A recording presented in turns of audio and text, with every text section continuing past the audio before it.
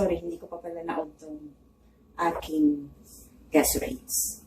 So, ayan siya. So, isi-stir lang natin siya ng konti hanggang sa yung amoy niya ay lumabas. Mga seconds lang to.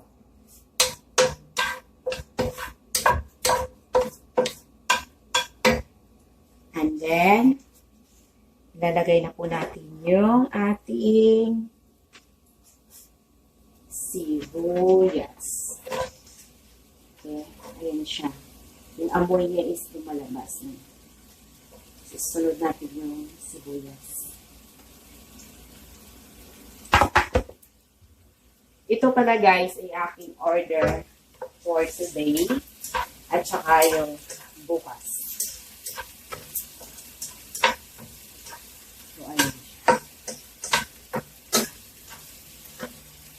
Mas maganda ito dito sa kabila. So, para makita niyo. Yan, dito na lang tayo. Ayan. O, diba? Ang ganda. So, ang aking aso ay nasa aking sabi. So, kailangan yung gulay nyo pag kayo ay nag-fry. Hindi masyadong luto kasi i-prepare nyo pa ito after nyo siyang ibalot. Isunod po natin yung siyempre kamatis. Ito kasi palang mga ingredients na to, i-chinap ko na para mabilis akong gumawa. Okay? But, hindi naman ito tatagal ng isang oras bago maluto. Okay? So, ayun siya. Ayan. Para makita niyo. Yan. Ayan siya. Klarong-klaro siya. Order ito sa aking regular customer na mga puti. Kasi gusto nila yung luto. So, ayun. Ikaw nga pala guys, kung gusto nyo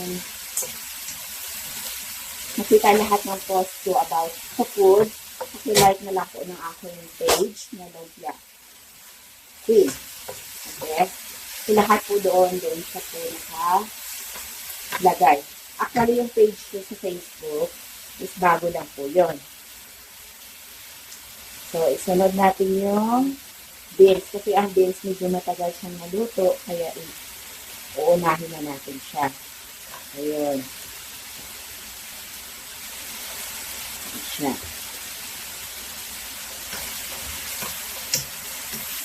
I-stir lang natin ito ng like mga 3 minutes about.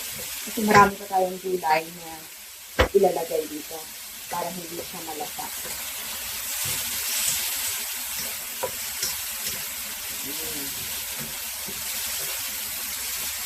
Habang tayo ay nag-stir, syempre lalagyan din natin siya ng ground black pepper saka yung salt.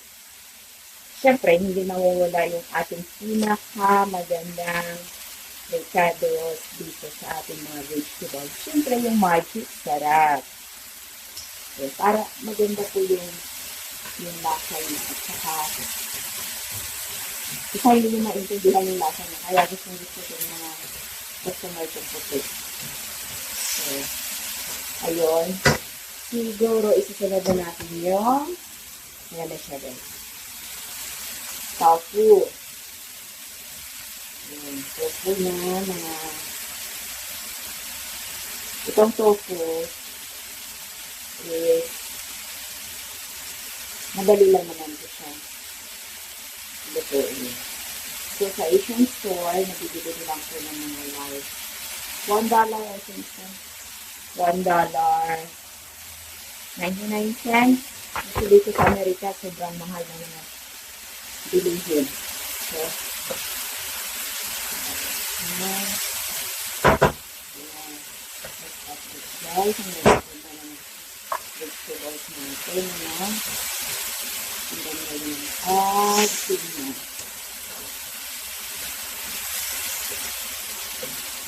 So, siyempre, ang ihuli ko natin is yung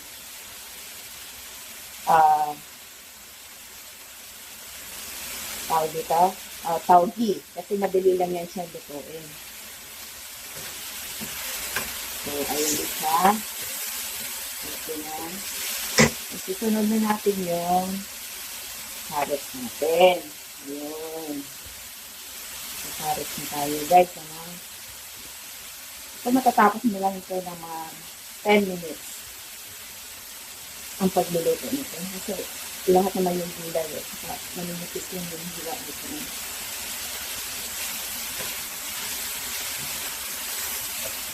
So, sa mga gusto mag-order, pwede niyo po akong i-message via my inbox. So, lalagyan na po natin siya ng black pepper.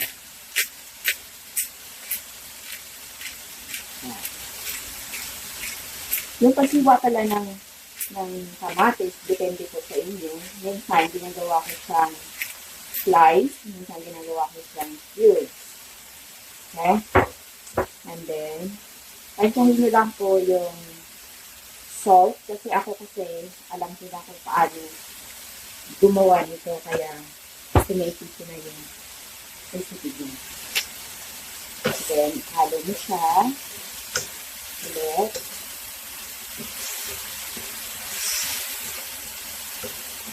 Ayan. Ayan, sobrang ganda na colorful.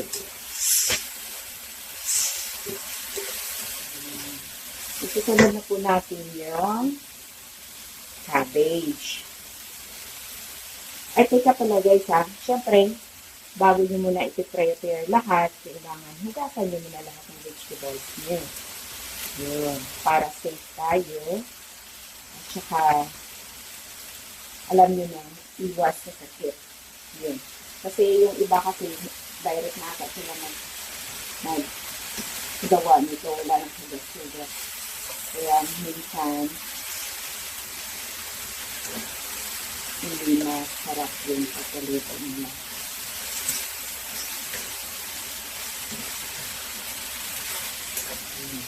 Ayun na siya guys. Tingnan nyo. Sobra ng maganda. Well, maganda din ito. Lagyan siya ng ground pork at saka yung hipon kasama nito. So, depende kasi sa order ko. Minsan, ang mga customer ko is gusto nila with ground pork at saka yung tawag dito, hipon.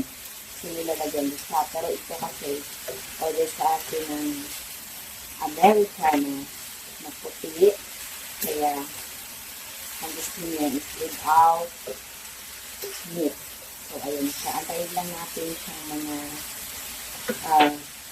3 minutes bago natin ilagay yung tawgi. And then, mag-add lang po tayo ng ating water. Para yun. Kunti lang.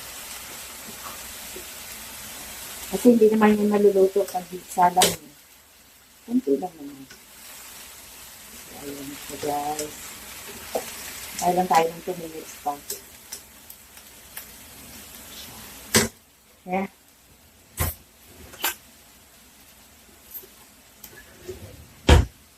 Ayun ang ating recipe for the egg rolls today.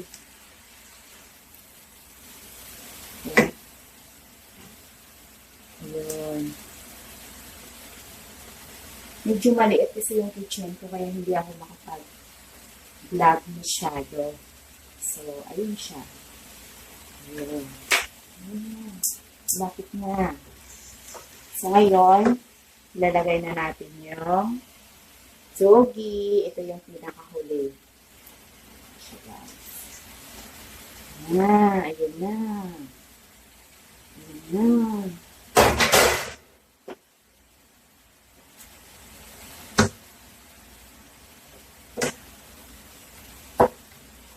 Ayan.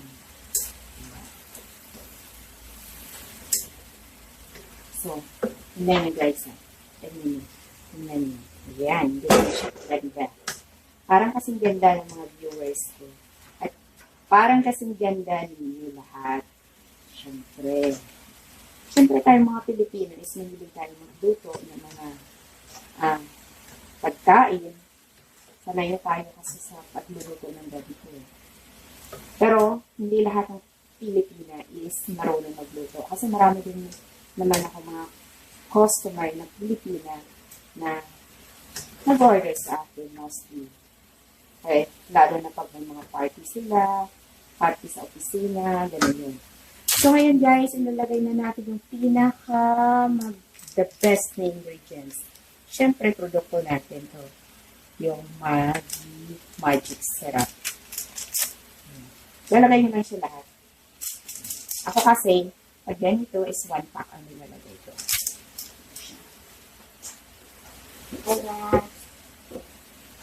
So, hahaluin lang natin siya at iwan ng mga about 5 minutes para maluto na lahat.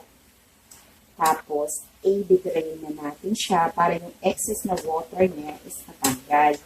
Para pagbalot natin is, yung wrapper natin is hindi mababasa. So, yun lang guys. As of now, syempre, titikman nyo muna. Titikman muna natin bago natin siya iwan dyan ng mga 5 minutes lang. Kung gusto nyo, i-cover nyo siya, or kung gusto nyo, depende sa inyo. Ako kasi hindi ko na siya pina-cover para yung vegetable niya is parang hindi siya lata. So, yun. Tikman natin, guys.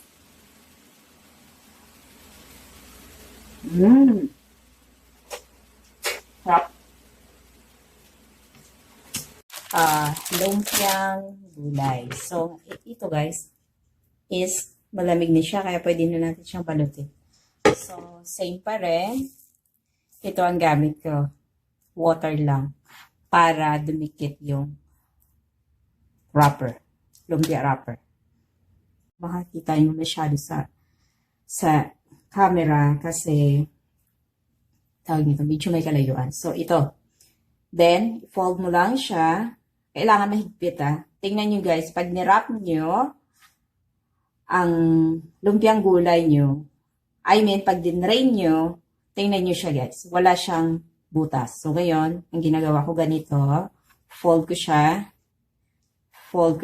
Kailangan ito magiging pantay. Higpitan mo lang siya. Ayun. Yan siya guys. Ayan. Ayun. Yan lang yun.